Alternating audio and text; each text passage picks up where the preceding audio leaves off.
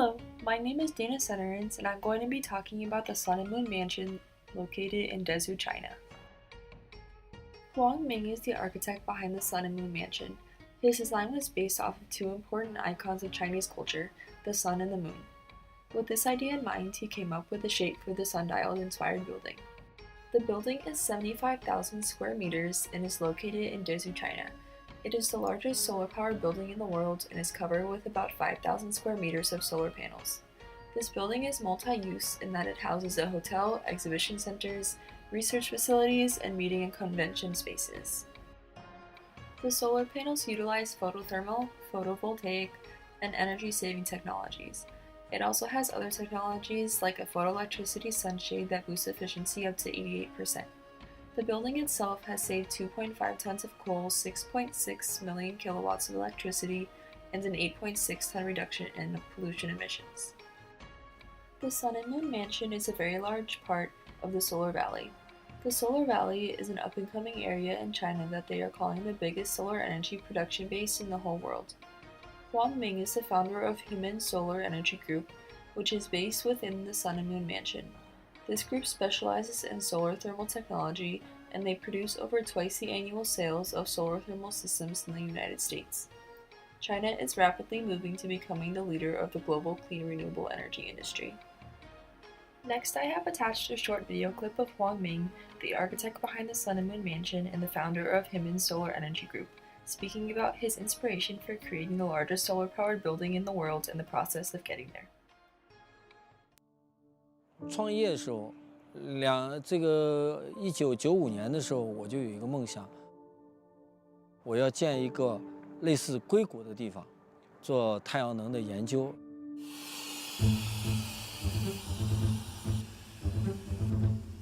当时稀里糊涂的，后来每年企业挣的钱滚好多番。到了10多年以后，我们发觉中国成了世界上最大的太阳能使用国。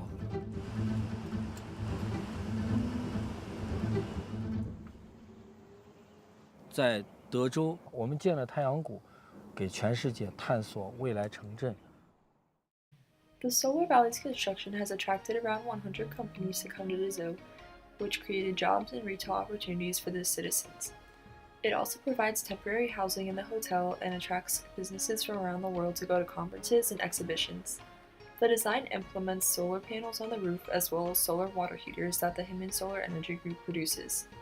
Utilizing solar panels reduces the need for coal and keeps the air cleaner, thus improving the health of the residents of Dezhou. Contact with nature also improves mental health according to the Sustainable Sites Handbook reading in Module 2. The whole area around the Sun and Moon Mansion is covered in landscaping to provide nature views to improve the health of the community and aesthetics. While there are many positive environmental impacts of the Sun and Moon Mansion and the Solar Valley it resides in, there are also many negatives. The Solar Valley was constructed in one of the last traces of rural life in Dezhou. Many trees were cut down to make way for this construction, and it replaced the last of Dezhou's farmland and relocated tens of thousands of farmers to apartment blocks. The Sustainable Sites Handbook in Module 2 states that social equity is important in site development, including identifying the community and their needs. Huang seems to have thought more broad in the future news of China and the world as a whole, rather than the citizens of Dezhou. Huang Ming himself said that this project is an experiment and the Solar Valley is his laboratory. Regardless, this design seems to be working. China currently gets 9% of its energy from renewable resources and aims to get 15% by 2020. Huang knows that this design is only a drop in the ocean of the big picture of a sustainable world, but that it offers a model for the future. Another negative about this design is that it goes against traditional Chinese architectural styles. In order to make the design the sustainable building it is, Huang had to design it in the sundial form. Designing it out of the traditional style lowers Dezhou's sense of place, which may affect its residents negatively. The reading from the Sustainable Sites Handbook in Module 2 states that sustainability is about using resources wisely and taking into consideration what is already on the site. The design went against the farmlands that used to be on the site but still created something sustainable. Interdisciplinary literacy, discussed in the reading in Module 4, is a big part of this design. Huang Ming's background began in a petroleum research institute. At the end of the day, when he came home covered in dust, he felt guilty and wanted to do something to help the environment, not hurt it.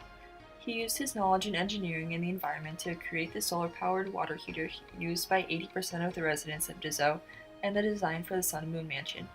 He worked with several architects and environmentalists to fill in his gaps of knowledge in order to create a functional design that was as environmentally friendly as possible.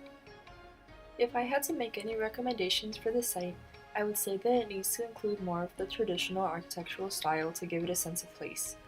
I think working with the traditional style to make it more sustainable and incorporating solar panels would be more interesting, more captivating, and more likely to be accepted by the citizens than the building created.